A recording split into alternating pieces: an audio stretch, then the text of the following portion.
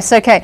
Thank you very much for joining us. I just wanted to get your thoughts on these units. I mean, do you find it disconcerting that a good number of the inmates at these units are Muslim and they haven't been charged with any violent crimes? It's at first blush heart-wrenching to see the families put through the kinds of controls that they have to go through. But when you look at the underbelly on the war on terrorism that we are fighting internationally, the practices and the rites of passage of human asset intelligence and the insidiousness of these terror cells have been built and born from prison cells. We know of countless imams and clerics and all sorts of people who have been able to disseminate information. And it's very important that people understand fundamentally that these are prisoners. They've committed sometimes heinous crimes, and they have a diminished capacity and legal right. And if the war on terrorism means that we have to create human asset intelligence, if we have to control the dissemination of information so that instructions aren't given and other information isn't I'd just like to put something to you, which from the Center for Constitutional Rights, it says that it's bias, political scapegoating, religious profiling, and racism is the reason why they are locked up. What's your response to that? We are fighting a war on terrorism.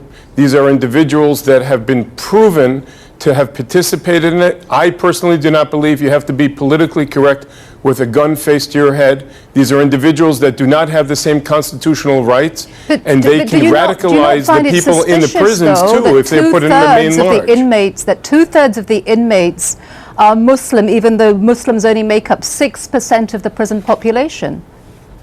You'll forgive me, but right now the war on terrorism are the extremists in the Muslim faith. Now, this is not a war in Islam, but if the extremists in the Muslim faith are right now the individuals that are creating this insidious conduct, we shouldn't have any apologies to that community. In fact, the Muslim community should be grateful that these individuals are going to be quarantined and not put in the general populace where they can spread their venom.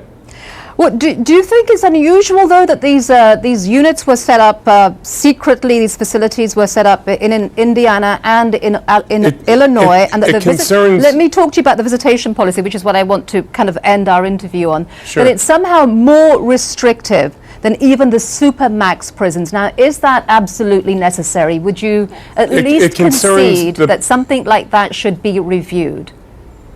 I'm a former federal prosecutor and a former mayor. And I believe fundamentally in process, and the Bureau of Prisons is now asking permission to do things that it had done undercover. I believe that they had good justification because the war on terrorism cannot be done publicly so that terrorists could learn our methods and procedures. And yes, while it bothers me on process, again, I do not believe we have to be politically correct with a gun literally faced to Americans and to democracy-loving people throughout the world. Listen, whether you're a Jew, Christian, or Muslim, this war needs to end soon, and it will only end if we keep the people with the terrorists locked up in a certain area, the information kept away from other people, their radicalism contained so it doesn't spread. Now, we are in a land of laws and have to respect. At least there should be some due process, right?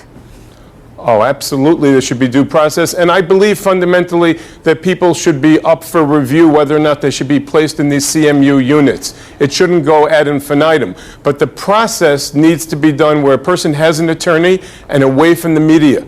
Because the shining lights of these cameras are very dangerous as we expose methods and procedures of law-abiding nations. Well, the media has to do its job also. But Michael Wiles, thank you very much for joining us. My pleasure.